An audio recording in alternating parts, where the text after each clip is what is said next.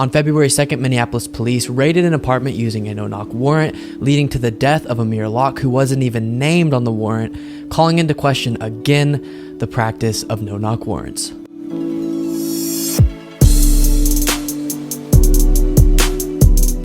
So this story is truly tragic, and I definitely want to cover the specifics of it, but then also get to the broader conversation around no-knock warrants. But let's first discuss what happened to Amir Locke. So the police were investigating Amir Locke's cousin for a homicide, and it led them to the apartment that Amir Locke was sleeping in. They got a no-knock warrant, but as I said at the beginning, Amir Locke was not even named on it, and so they got a key to the apartment and entered without announcing themselves, and within 9 seconds shot Amir Locke 3 times. You'll see all this in the video I'm about to play, but their justification for this was that he had a gun in his hand. But if you put yourself in Amir Locke's shoes, you have a legally licensed firearm, you hear multiple men storming through your door, of course you're gonna grab it to defend yourself. And once they've entered the home, they do announce that it's the police, but like I said, this all happens in 9 seconds. So going from being asleep, waking up, hearing people come in, and by the time you process that they said it's the police, you already have the gun in your hand because you thought it was just some random intruder. I mean, this just could not be more tragic. So before I continue on, let's look at the video. It is disturbing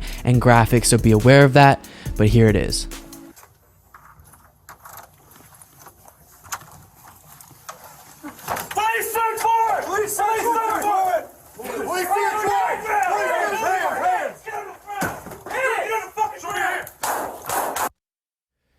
So let's first just point out the things that the police could have done to avoid this. The most obvious is to have not entered before announcing themselves, but even once they're in the apartment, something that police rarely do in these videos that we see go viral is shout at the person to drop their weapon and then wait for a second, because you just broke into their house. You did not announce yourself and you came into their house. Of course, anyone who has some form of self-defense is gonna grab it. And so you have to give them some opportunity to process that you're the police and then see how they react, because most people, even if they have a gun, are gonna see a bunch. I think it was 5, 6, 7, 8, 9, like a ton of police officers were in there. Most people are gonna see that. They all have huge guns and they'll surrender. But instead, before you even give them a chance to make that decision, you kill him. And the police tried to say that he was pointing the gun at him. I understand it was dark and chaotic, so it's not necessarily a blatant lie, but let's take a look at the zoomed in photo right before he was shot. As you can see, he's not pointing it at the police and his finger is not on the trigger. I'm not saying that because I think the police could have seen where his finger was placed,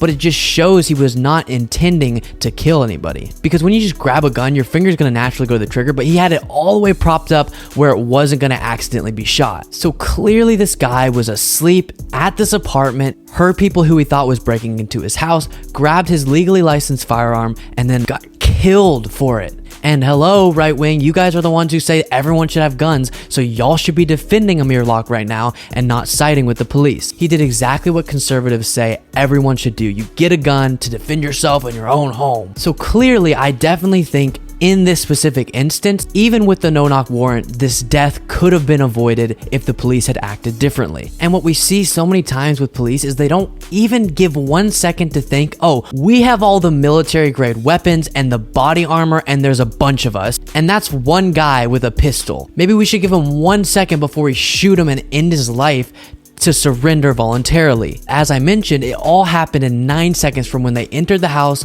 to whenever he got shot. Again, put yourself in that situation. He was asleep under a blanket. I'm telling you, when I get woken up, it's a full minute before I can really process what's going on. And so before he could even really realize what was going on, he was shot. But again, once those police were in the room, they saw a gun, it was hectic. You can see how this happens, and that's why we need to discuss if we should even be allowing no-knock warrants to be a thing. So just by the name of it, you can assume what a no-knock warrant is. So if the police don't have a warrant, they have to be allowed inside if they want to enter an apartment, home, whatever. If they do have a warrant, most of the time they're required to announce themselves before they enter the home. But then in some cases, they can get a no-knock warrant, and that means they can enter without announcing themselves and they don't have to be let in. And we've seen time and time again that's led to situations like this one. As police, if you go in guns blazing, nobody knows what's going on, you're way increasing the likelihood that someone's going to get hurt. And by someone, I am specifically meaning some citizen, because the justification from the police for doing this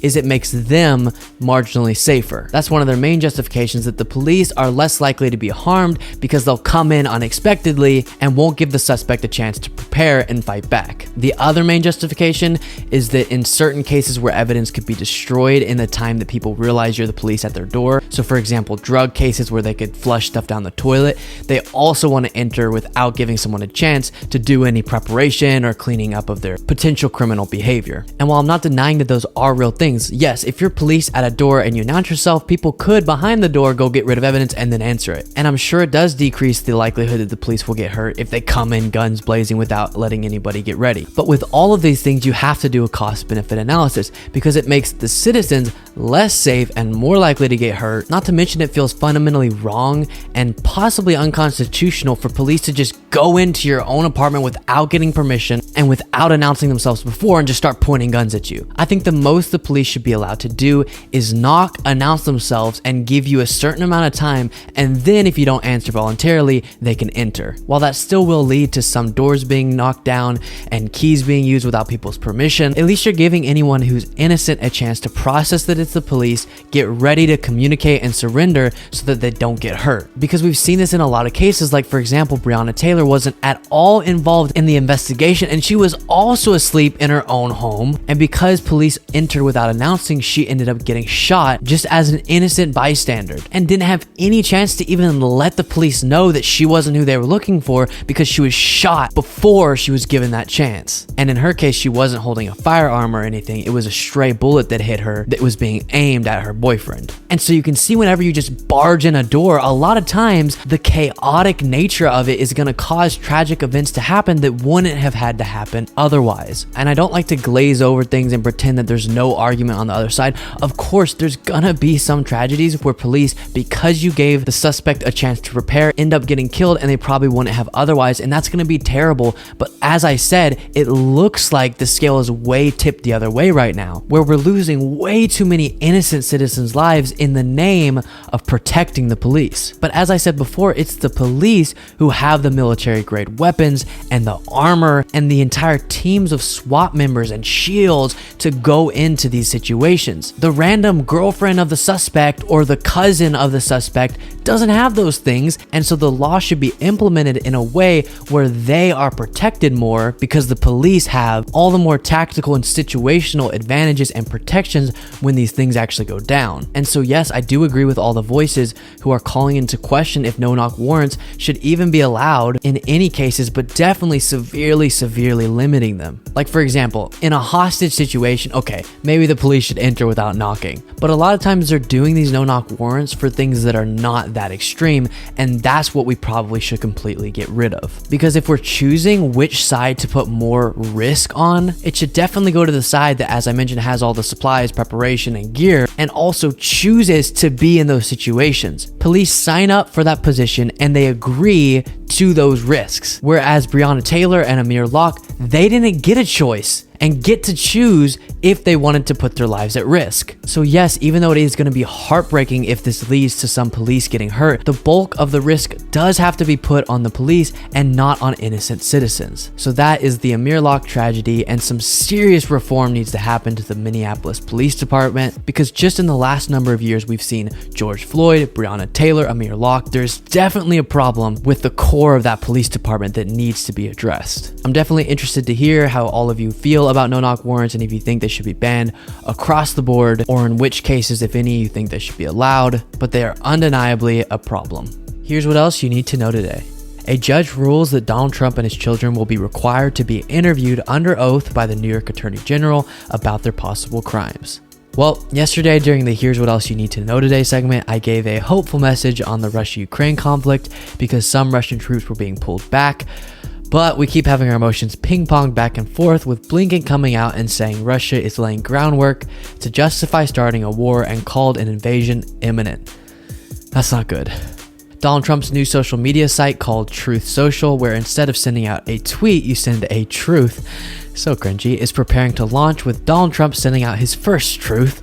This failure is going to be so fun to watch. And finally, 94 people died in Brazil after landslides were caused by heavy rains that buried people's homes in the mountain city of Petrópolis. Be well, everybody.